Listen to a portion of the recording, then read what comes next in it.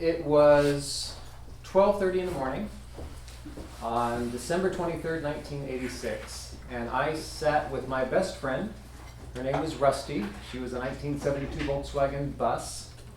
And we were deciding, do I go 5 minutes back home to the house that I was born in, or do I head over the mountains, over the Coast Range, to my little apartment in Oceanside? Well, it was 12:30 in the morning. I was tired. I knew I was tired, but I was also 20 and so invincible. And so I didn't make the smart choice. I made the other choice and decided to go over the hills, as many of us would at that age. About an hour into it, I was getting really tired, and I knew I should probably pull over, but rather than pull over, I just turned on the radio. No radio station, but the white noise kept me alert for a little bit.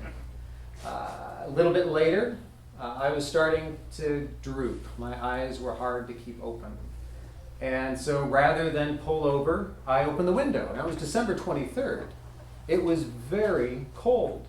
And it didn't take long before my eyes started frosting up, and I was, blinking through a wash of tears, trying to keep going, not pulling over. And eventually, when I actually started to nod off, I could tell I was starting.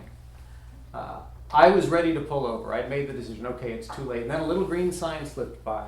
I was going to be in Tillamook in a matter of a mile and a half, maybe 2 miles. So I didn't pull over. The dream that I was then in was wonderful. I was lying in a bed. In fact, I was lying in my childhood bed, the bed I should have been in at that moment. The light was coming through the windows, beautiful cobalt blue, you could almost taste it. And the rhododendrons outside my windows were tapping at the window panes. And they, over time, were tapping a little bit more vigorously, and eventually they were just about to break the window panes in my dream. I woke up, and I was on the right-hand side of the road, just off the right-hand side of the road, facing down a giant tree coming at me at 65 miles an hour. So I pulled us back out into the road, and we start dancing. Back and forth, and unfortunately, Rusty wasn't a very good dancer. She just wasn't built for it. As we kept dancing, we kept edging toward the other side of the road, and a 40 to 60 foot drop into the Wilson River. We finally got to the edge where I could see the chasm, and all I could do was to send up a little prayer and pull as hard as I could. We'll come back to that. Thank you for coming. My name is Robert Killen.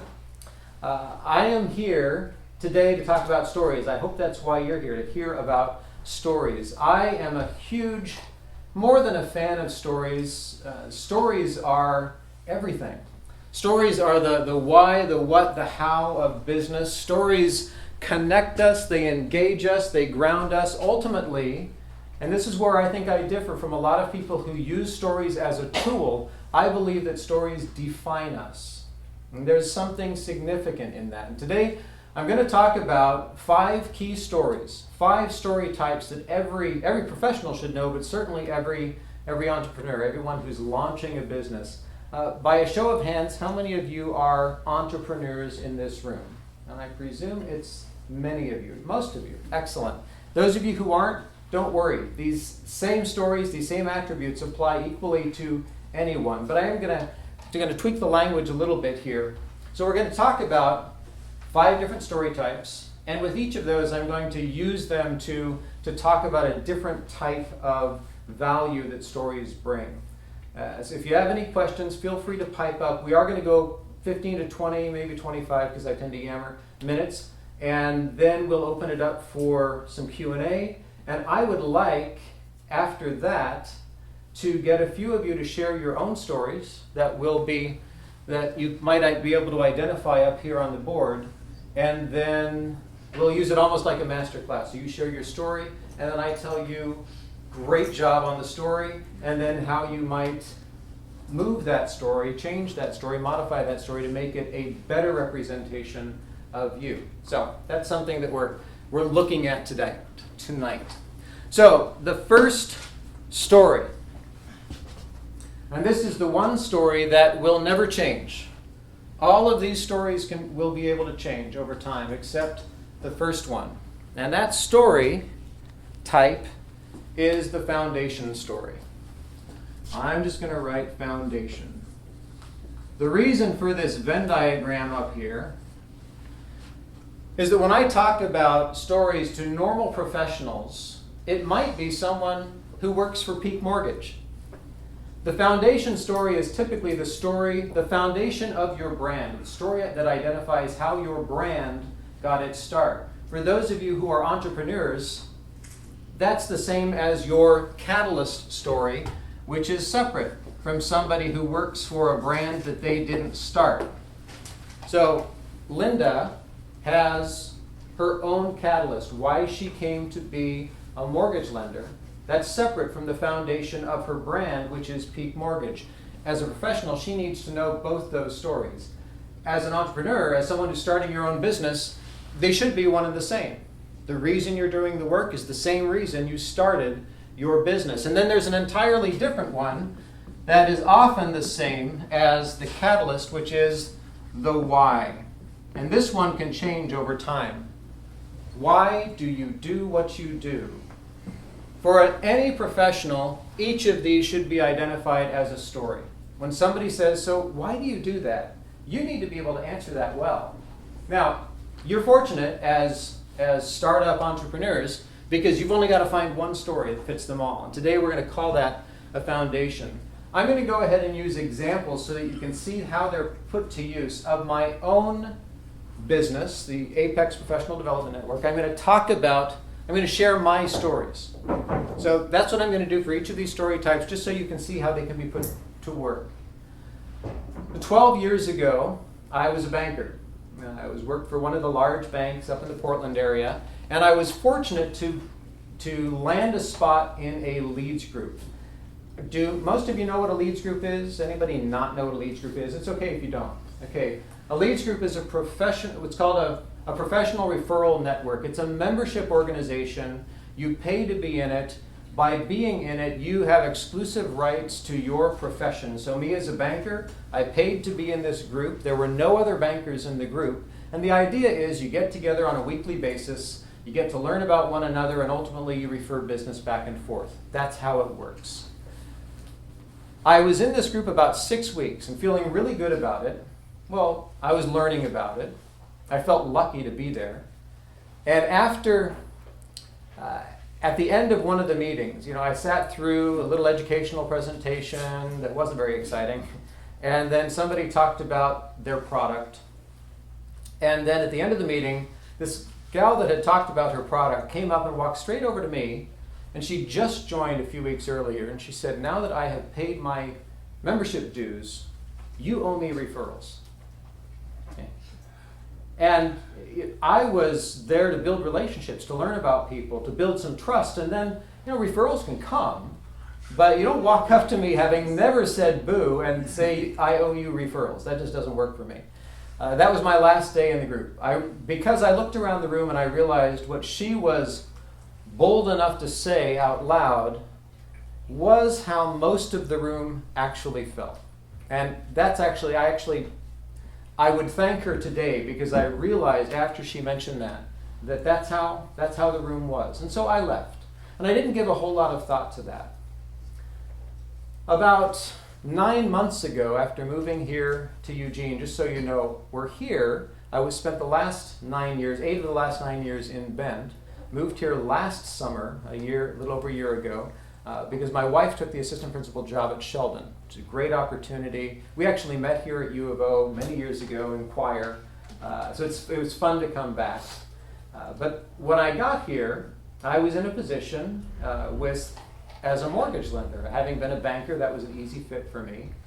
And I inherited a position in another leads group. Now, I'd sworn off leads group 12 years ago, but I inherited a position in another leads group. And I realized when it came time for me to actually put my money into it, it was time to re-up, that the meetings just weren't cutting it. I went at lunchtime, I had to pay for lunch, and we would spend 90 minutes doing nothing. We'd spend 90 minutes, and there would be Unfortunately, a failure of education. The member presentations weren't of any real value. And so I decided, again, not for me, and I stepped out once again.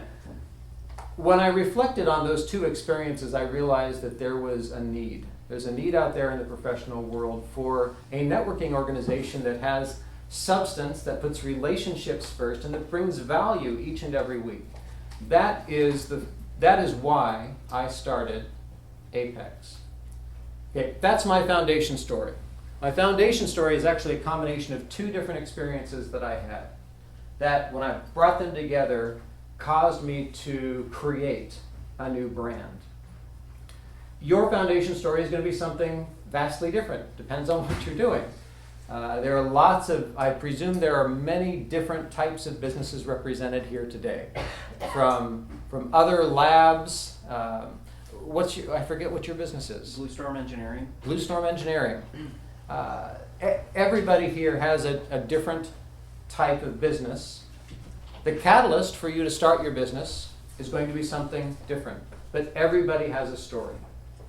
And it might just be that, when I was 3, I put together some Lincoln logs, and I was so enamored of the little house that I built that I haven't been able to think of anything since.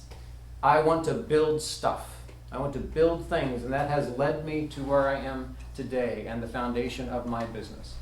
Doesn't matter what it is, but it's there, and you need to identify it. So that is the foundation story. Stories ultimately connect us. That's what I have here. And how do stories connect us?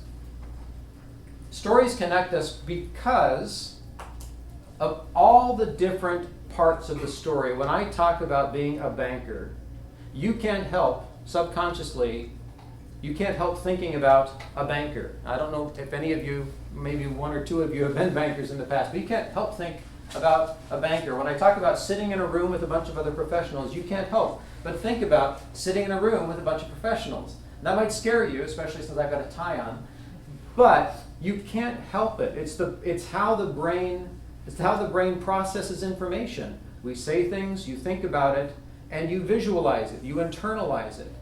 By doing that, that creates opportunities for connections. Every time I mention somebody who confronts me with a ridiculous demand, you might know somebody who confronted you with a ridiculous demand. When I talk about moving from Bend, maybe you have a love of Bend. Maybe that's someplace you've been, you'd like to go to again. Every little thing that's mentioned in the story is an opportunity for connection. So stories connect us because they create numerous opportunities for connectivity. Numerous opportunities to connect. That's how stories are built. All right, the next story is a success of mission.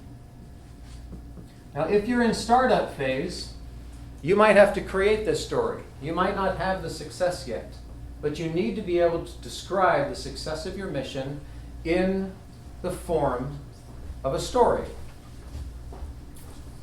So I'm going to use, since Linda's here today, I'm going to use Linda as an example. Linda actually, a couple things that Linda has said to me recently are wonderful examples and stories that I will share forever about the success of my program. So my mission in Apex, it's multifaceted, but one of the pieces is to get people to recognize the value of their fullness as humans. That if we represent ourselves completely as humans through our stories, that people will have more opportunities to connect with us, and we will be more confident moving forward. And just a couple weeks ago, I watched Linda present to a huge group of almost 100 professionals in town. And she presented about her life. And honestly, the fact that she got into her field, not because she was passionate about it at the time, but because she needed a job. But then she shared ultimately over time how she grew to be increasingly passionate about her work. And that today, it's what defines her. in large part, is that aspect of her being able to help people through a particular type of transaction. And she shared with me earlier that in her past life she would never present anything more than the professional at the desk. And that's traditionally what a professional was. A professional is separate from a human outside of their job. The professional is the one that sits at the desk, project an air of perfection, and just does the job. Today that's changing, and Linda showed that it can and does work to be authentic. So that was something that happened not too long ago. If somebody says, Robert, tell me how your organization, what is it? What do you do? I would say we change the nature of how professionals communicate who they are. We help professionals become more human and present themselves in a more human and approachable and identifiable way. And that's a story, Linda's story, is one that I would share. So somebody share with me a mission statement, and maybe you don't have an actual mission statement, maybe you do. Somebody share a mission statement from their own company, your company. My mission is I build music technology, computer-based music technologies, and so my mission is to provide the awesome power of modern computers with the cheapness of modern computer hardware. Okay. Or sorry, actually, power the computer software with the cheapness of the computer hardware. And that is excellent in the music industry because a lot of the stuff is higher priced, like dedicated hardware. So if you can use a computer to do a bunch of different things, you provide a lot of extra value to the customer. Okay. So in terms of a mission statement, over time, as you progress, you want to pare that down, but you've given us a sense of what you want to do. If somebody says, so what do you do? If you share your mission statement, a lot of people aren't going to get it. They'll get lost in the words. If you were to create a story that illustrates what it is you do, people are going to get it. So the story might be, and you don't have the product on the shelf yet. So you have to create a story with an avatar. You've got a young musician, and they went out and they're the next Beethoven, the next Rachmaninoff. They're awesome, but they don't have the funds to buy the high-end software that allows them to do the work that they really want to do. When they go to the store and they see my product, they then have an opportunity to build the music they want, to show the world that they are indeed the next Beethoven, and change the world. So you get to change the world, all right? So yeah, that might be a little grandiose, but that story will speak, where the mission statement doesn't. That make sense? All right. The next story type is a proof of value. This is one of my favorites. And it's a hard one it's a harder one for a startup because a lot of startups don't actually go through the process of defining their values. What is it that drives you? For me, one of my driving values is authenticity. I believe not only that my organization should be authentic, transparent, that people should always know what we're trying to do and how we're trying to do it, but it's also a value that plays into the content. So I expect that members of Apex will learn to present themselves authentically as Linda did. So I won't even share, I could share that same story again, but ultimately you have to determine what are your values. Are they excellence, timely communication, perfection? I hope it's not perfection, but perfection. Whatever your values are, how do you prove to the world that those values are actually meaningful? If you work for a big bank like I did, it would be pretty easy to say that the organizational values are nothing but window dressing, because nobody believes it. Organizational values are typically something you put on a trifold brochure that sits in the lobby so somebody can pick it up and say, hey, look, these are our organizational values. But that's as far as they go. So if you actually want to prove that your values have some bearing on the work that you're doing, have some bearing on your culture, you have to tell a story. That's the only way it's going to happen. So what does that story look like? Well, it's a story that illustrates that value in practice. Linda said another thing. This is a great story. It's actually a tiny little story. It's not even a story, it's just an anecdote. Just this last week, Linda said words that just spoke directly to my heart when she said, I consider this the start of my second life. Now, she said that because she recognized that prior to this coming in and being a part of this, she was a different type of professional. She was that traditional professional who separated their person from their professional persona. And now those can be integrated. And she sees that, she saw that as the next step. And for me, that was a perfect illustration of my value of authenticity. That's a value that the organization has, and it's working. So has anybody actually listed out their organizational values and maybe have one you could toss out? No? Organization. Sorry. Curiosity. Curiosity. Resilience. All right. Integrity. Excellent. Continual innovation. Continual innovation. All of those are fabulous values. How do you prove it? Until you actually have a story that illustrates it, you can't prove that those are actively working in your organization to anybody. So as you build your organization, recognize that identifying those stories are critical. All right. Next story. This one's really hard for some. I love it because it's out of the box, but it's a success of vision. So if you have a vision statement should be something that's projected in the future. In 5 years, this is where we are.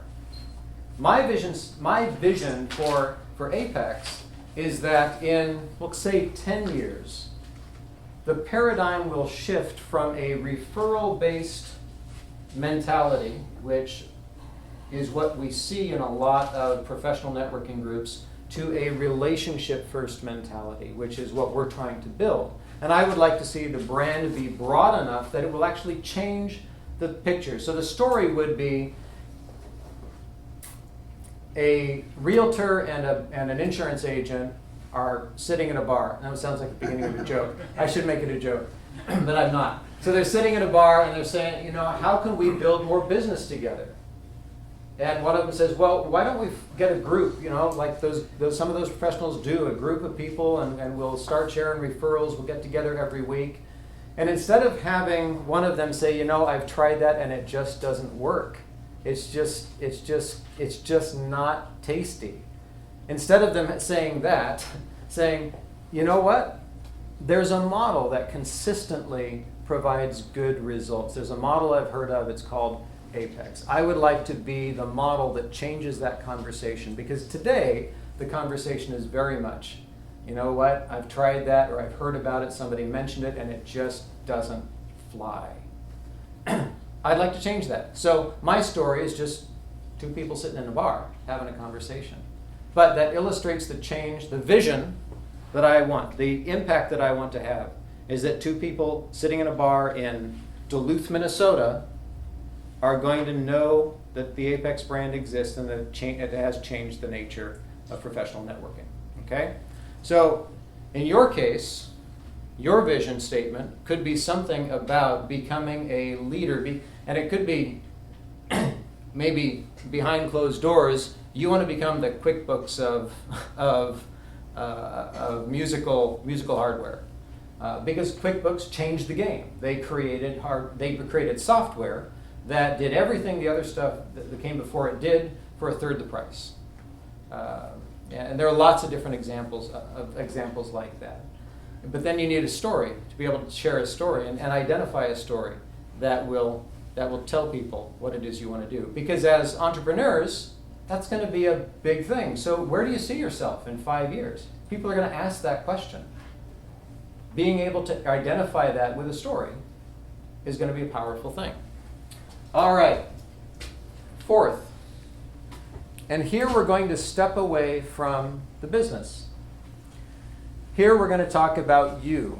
Because ultimately, as business owners, people are going to do business not with your company, but they're going to be doing business with you.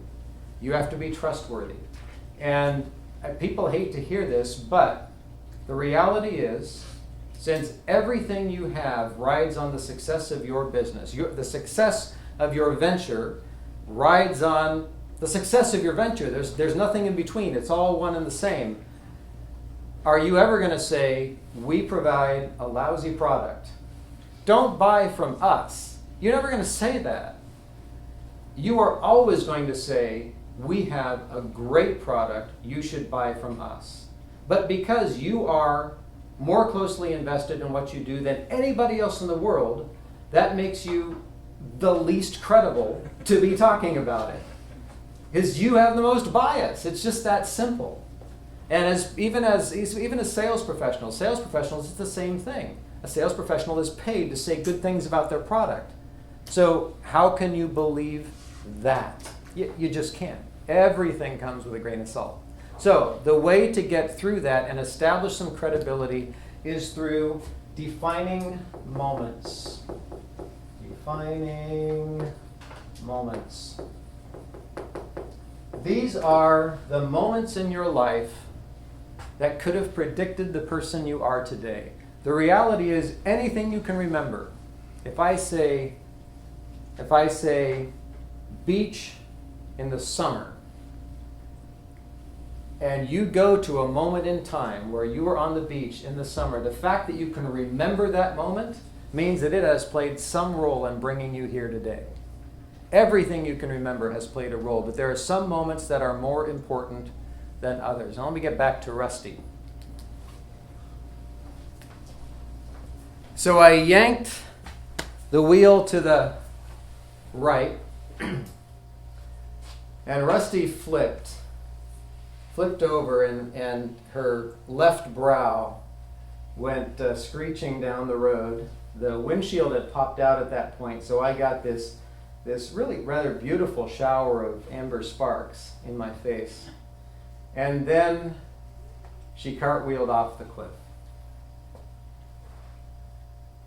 I'm not even going to tell you about the experience other than it was a rather dramatic experience for me. I don't remember the violence. I don't remember the noise that had to have been there. I don't remember her getting crushed into an A-frame. I don't remember any of that. I remember the comfort of the seatbelt across my chest.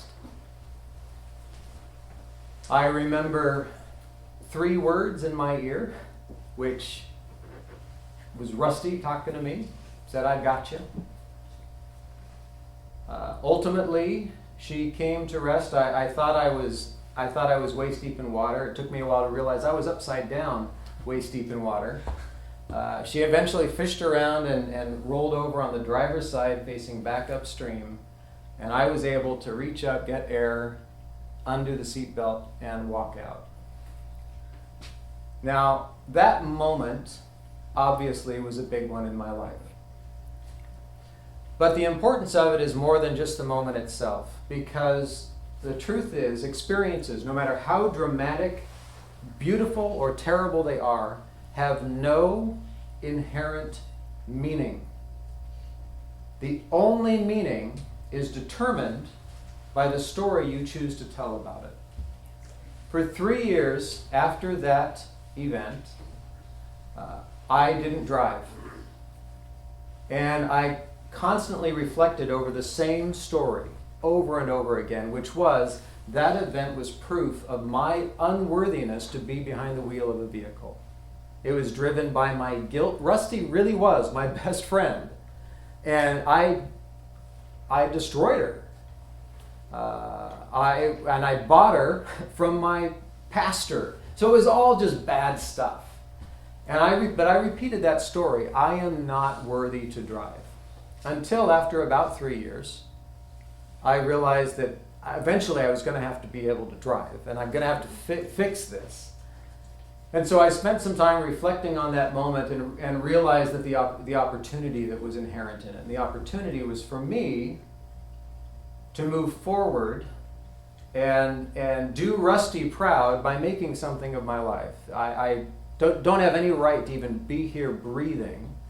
So since I am, do something meaningful with it. So I changed the story.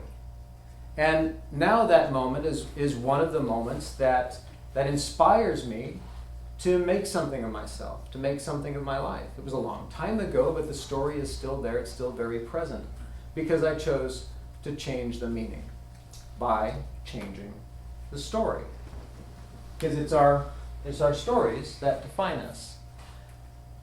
You don't need to have something that dramatic, but what is it that you think is important about you? Maybe it's that you're a musician and that's an important thing, or maybe you have a deep desire to be the next Einstein. Maybe you just like everything, all the I's dotted and T's crossed. Maybe you've got a huge competitive streak. Whatever it is, whatever those attributes are that you think are important to you, find the stories that illustrate them, the stories that would predict them today, the stories from your past, where you first identified yourself as just incredibly driven competitor. Whatever it is, find those stories. Because if you share those stories, rather than just saying, "But trust me, I have this great idea," you give people something to hold on to. You give people those points of connection, those opportunities to engage. You give people a reason to find you credible, even though, again, you're the least credible person to be talking about your business. But it's the stories that can give people an opportunity. I call it actually a placeholder for trust. Ultimately, if you're going to do business with somebody, you have to trust them. But if you've never done business with them, what do you have to trust? Stories give us a placeholder for trust. We tell a story, the person that's listening resonates with that story. They find places of connection. They find reasons to like who you are, to like where you're going, and they give you a chance. It's the story that gives you the opportunity to actually earn the trust through real experience. So stories act as a placeholder or a surrogate for experience. So stories, obviously I find stories to be very, very powerful.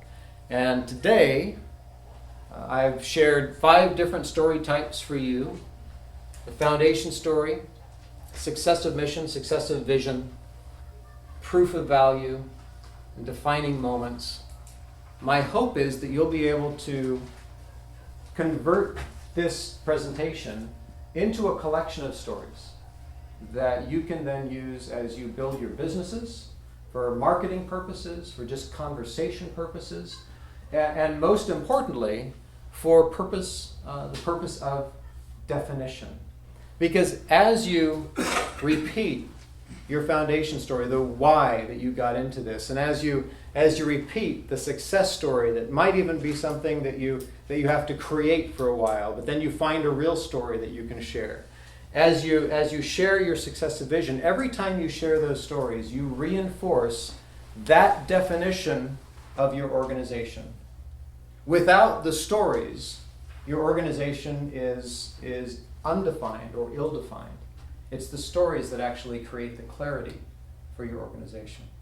So if you walk away with any one thing from this presentation, it would be that piece, to recognize that the stories you share define who you are, whether personally or as an organization. So that's the presentation.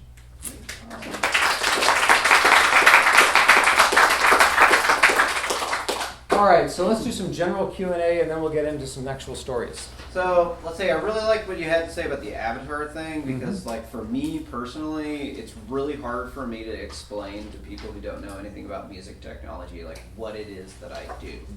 And the repeated story that I keep getting from, like, every person who turns me down and says that my pitch sucks is that, like, I can't. I'm having trouble walking them through, like, okay, why would anybody even want to do this? It's like, you know, like you said, it's like, you know, I want to, like, show people that I can make music, but I don't have all the money to buy the expensive stuff. So, let's see. So my question, like, what are some ways that you can, like, actually, I think I'm going to make it just more of like a comment and like ask if there's any sort of suggestions that you can have for explaining complex things through stories. Okay. Don't think of them as complex.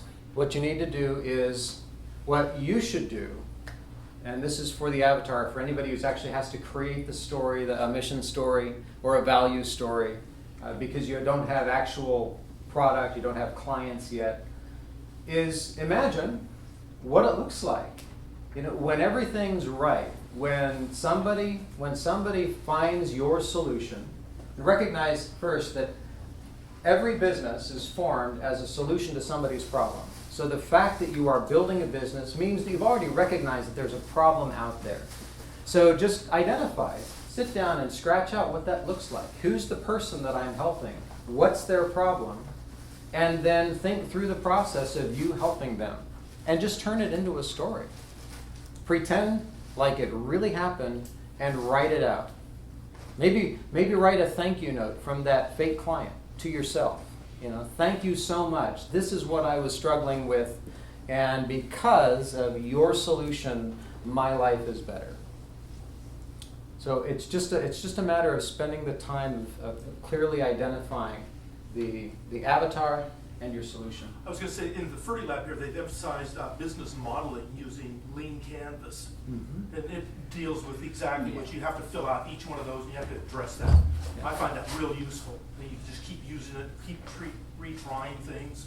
It's very useful. I wonder if you could apply the avatar to walking through the business model canvas.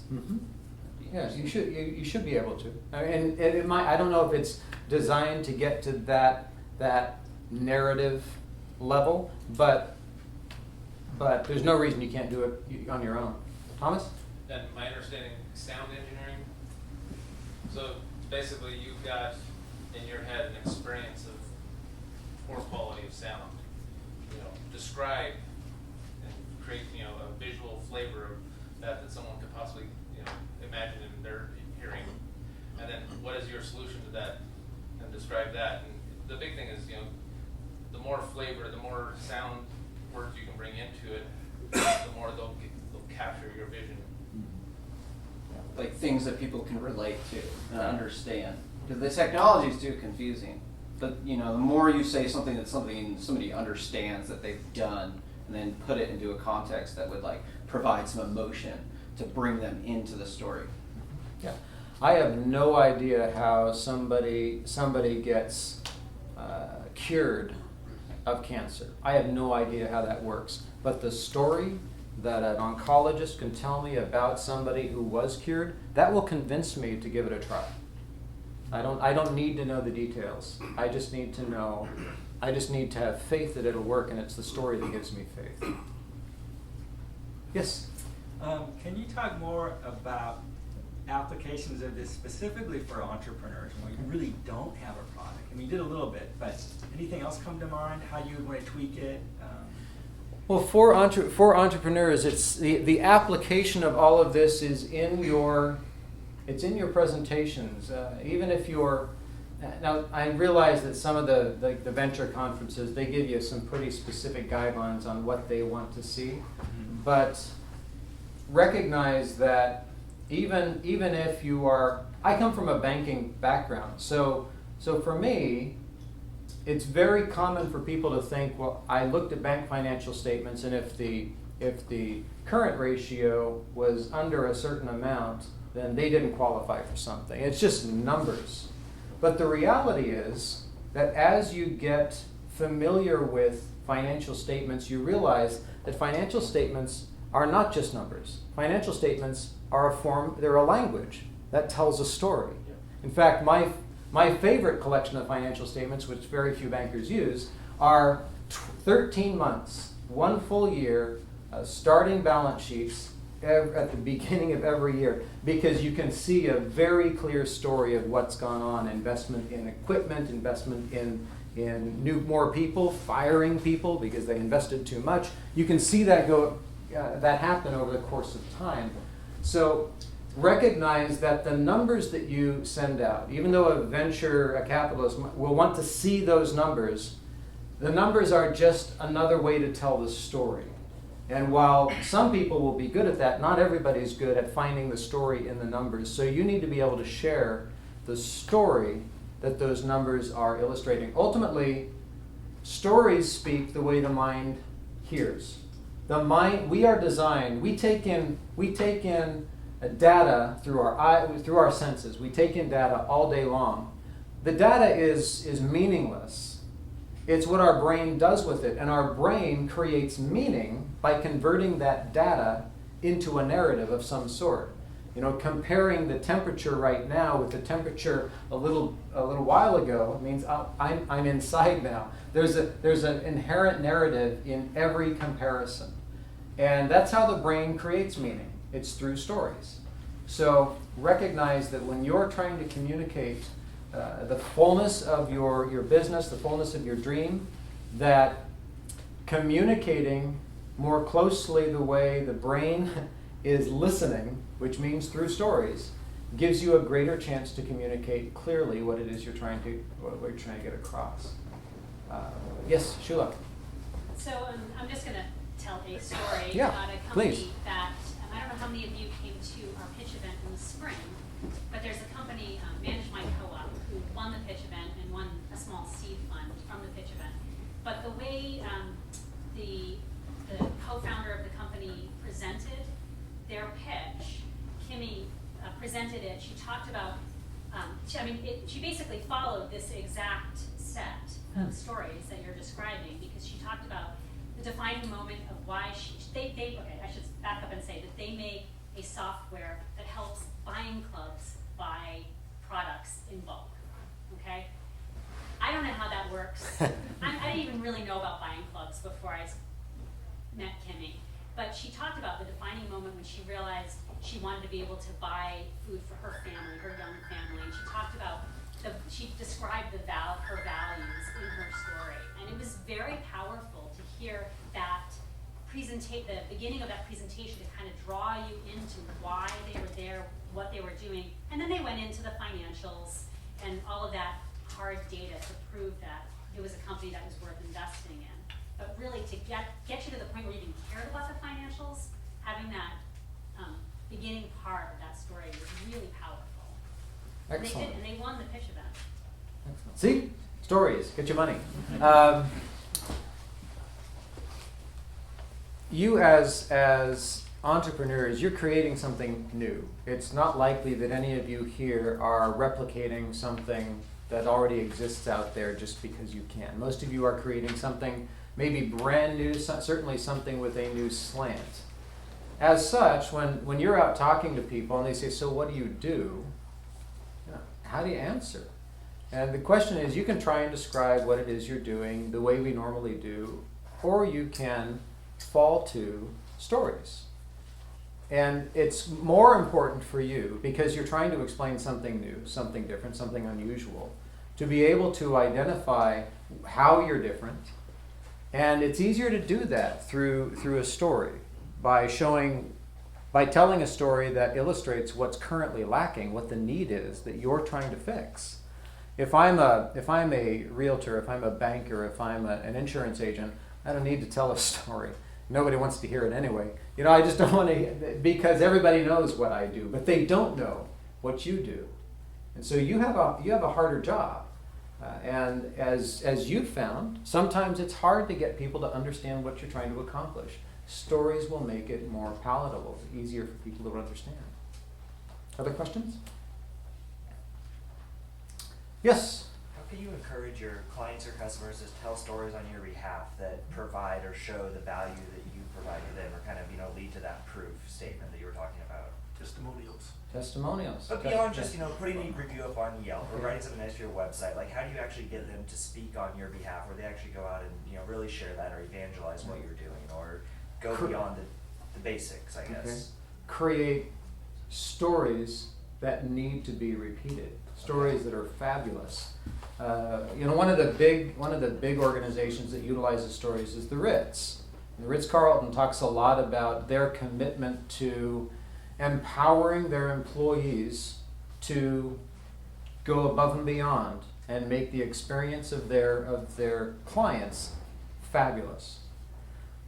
And so there's a story about a guy who found out that this couple was coming for their anniversary. They'd honeymooned there 20 years earlier, and of his own accord, this employee set up a table and chairs and a gazebo out in the middle of the beach away from the restaurant.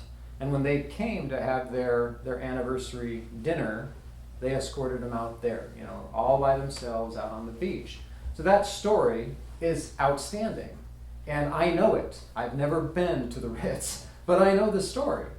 And it's a story that's been repeated thousands and thousands of times because it's a great story. So as you're trying to figure out how do I get people to talk about me, well, find a story that's outstanding. Create a story that people will want to repeat. First of all, thank you. This was phenomenal. Oh, thank you. My question is, you said you have experience in management. Do you ever kind of try and use a story that fits in one of these categories to maybe motivate or re-energize people you work with or that work for you when they can't see, what they're capable of, and try to, elicit the best out of them? All the time. Okay. All the time. In fact, there's an entire process of organizational change management called appreciative inquiry. And it's a process where you go into a business and you interview everybody in the organization and you ask them essentially one question, which is, when everything is going right, what does it look like here? And you capture the stories that they share. And then those stories, you bring them together and you filter them out and you get a collection, and it's called the positive core. And those stories become the ethos for the organization. They become the cultural center of the organization, because not only are those stories great internal marketing stories, but they're proof that the business can actually do what it sets out to do. Because that's what the stories have shared. The stories have said, we succeed, and these are the moments where we've succeeded. This is the proof that we can actually do that. Where organizations change, particularly in big businesses, like the bank that I was in, is over time, employees, particularly mid-level and lower employees, spend so much time trying to get problems solved that nobody seems to be able to fix. System problems, just fundamental breakdown in some aspect of the business. that becomes what people talk about. Amongst themselves, they talk about the problem. Why can't management get on the stick or get off the stick and make this happen? And after they've told that story enough, that becomes the de facto definition for the organization. The staff redefine the organization as a company that can't solve its problems. And many big organizations struggle with that. The only way to counteract that is to remind the employees that, one, the business is here to solve a problem. It was founded to solve a particular problem. And every day we solve people's problems, and these are the stories that we want to share over and over again. Yes, every business has troubles, and some troubles are hard to get over and take a long time. And some problems never get solved in the course of business. But that's not how we want to define the organization. So it requires a reset. And I've been in a position where I've had staff members who were just terrible, not terrible staff members, that's awful to say. I was asked at a different bank, I was actually asked to take over management of a branch, where there hadn't been an active branch manager. it had been a regional manager who was largely absent. So the management fell to an assistant manager. Unfortunately, she had no leadership skills. That was not where she thrived. The only way she knew how to manage was through backstabbing and gossip. That was her method. And what resulted was a team that was just at each other's throat constantly. And I came on board and I said, okay, this stops. This is not going to be our culture. We are going to build a culture out of respect, and we're going to celebrate the good things that happen here. Finding stories, this is one way to answer your question. Finding stories, those stories that happen every day that illustrate you doing the work and solving problems and repeating those, constantly reiterating the fact that you're doing good work. That's a way to reset. Ultimately, one of my members could not pull themselves out of the negative stories. They could not separate from that definition. Refused to buy into the concept that we actually do good work, and I had to let her go because she was not helping us move forward. She was trying to keep us anchored to a negative definition. So sometimes you can always change the definition. You can always recast it as positive by inventorying those stories and making those stories present.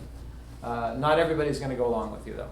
Some people just get really tied into a particular definition and don't want to give it up. And we do that personally. We all know people in our lives, and family members and friends who are the perpetual victim. They think of themselves as victims or failures. And what you'll find is that the stories that they constantly reiterate are stories that reinforce that definition that they've chose for themselves. The only way they're ever going to get out of it is when they choose a different set of stories to tell. And we all have different stories to tell, that they have to make the choice. And in organizations, it's the same way. But in organizations as management, you have the ability to say, these are the stories that we're going to tell, and I'm not going to put up with any others. So that was my response. Thomas? To get back to getting your customer to tell the story, a lot of times, just like in changing a culture, it's not only uncovering those stories, but helping fashion the story. If you're working with a customer, they have mobile phones now. If you can take a picture of them buying that new product or buying that new thing, or connect with them, so then you can help them fashion that story. That's invaluable, and then you go back and repeat that story by retweeting it or re-pushing it out. You can then create your group of storytellers who will also co-inspire that story. That's right. And then that becomes the meme for your company for that period of time. As you build your businesses, think of a concept that I call, what do I call it? You are cultural, at a gallery you have the person who Docent. brings, Curator. nice, curator, thank you. Think of yourselves as a cultural curator. 20 years ago, you could just create any story and say this is us. Okay? And businesses did that for, well, all of history up until the advent of social media. Social media has changed the nature of marketing. You no longer get to say that you're perfect. You no longer get to say that you do all of this if you don't. Because once you fail, 30,000 people might know in 30 seconds. That's just the nature of communication now. So now it's incumbent upon us to be real. And this is one of the reasons that authenticity is one of my core values, is I believe in being real. And recognizing that we're all human, we make mistakes. It's not about being perfect. It's about doing our best. And in business, it's the same. We can't claim perfection because none of us are. None of our businesses are. So to get around that, think of yourself as an identity or cultural curator. Constantly be looking for those stories that illustrate you at your best, that illustrate you doing your business, accomplishing what it sets out to do. And then grab a hold of those. Make yourself a gallery of, whether it's online, however you just choose to disseminate it, make yourself a gallery of stories that illustrate you and your brand doing what it sets out to do in the best possible way. So think of yourself as a curator, finding those stories, constantly looking for them. Yes? I'll start by giving an example of a story that I didn't want to hear. Okay. I spent 20 years working for the government, handing out research funds to small businesses.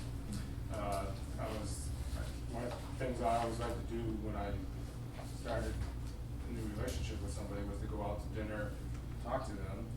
I was talking to this one guy, two-person business, and as we're talking, I asked, why'd you start? He goes, well, the last job I was at, everybody told me I wrote really good proposals. And I don't think he had a clue how big a red flag that set off in my mind, because what about your ability to do something? and he was right. I mean, it was like, we reviewed it, and it was like, there was no question that as a proposal, what he had written was really good, and he got the initial funding, but it didn't follow through. So my question, if you want to make a question, is how do you weed out those type of stories? Because this guy thought this was something that was okay to tell me. So how do you weed out that stuff and all these stories you collect? Well, and there are going to be people who get into their business because they lost their job, and so they're going to start a business, and that's probably not the story that they want to tell. I hate to say to make something up, but you don't really have to make something up. No matter what it is you decide to do, if you look back far enough, you will find a reason that you decided to do that. And it might seem like a stretch, but you can always find a reason. You can always find a passionate principle that caused you to be where you are. If you can't, then you need to question whether or not you're doing the right thing. It's kind of like I tell speakers when they're asking me for guidance. I say, be passionate. That's the first thing. If you're not passionate about your topic, you need to give the stage to somebody who is. And it's the same thing in business. If you're not passionate about the work you do, whether it's your own business or you're a professional in some other business, if you could just be selling a product. If you're not passionate about that product, you shouldn't be the one selling it. It's just the reality. To add to that, the sole entrepreneur a lot of times doesn't realize the need for the mentorship or power partners, as I call it, and I advise a lot of sole entrepreneurs. Apex actually provides that power partner relationship in its modality. So you're telling those stories within a safe environment, you're building these relationships, and we basically give feedback. I'm one of the founders or co-founders of Apex. We give feedback on everyone's stories so we can help us craft those stories and become better professionals. So have that team, whether it's 2-3 people that you can tell your stories to and practice them and rehearse them and make them your own, so you're not being blindsided by what you can't see. Because we only know our story from our viewpoint. We can't see the outside. Yeah. All right. I don't know what time it is, No. but it's probably. So, thank you so much. Yes. Robert. Thank you. Oh, absolutely.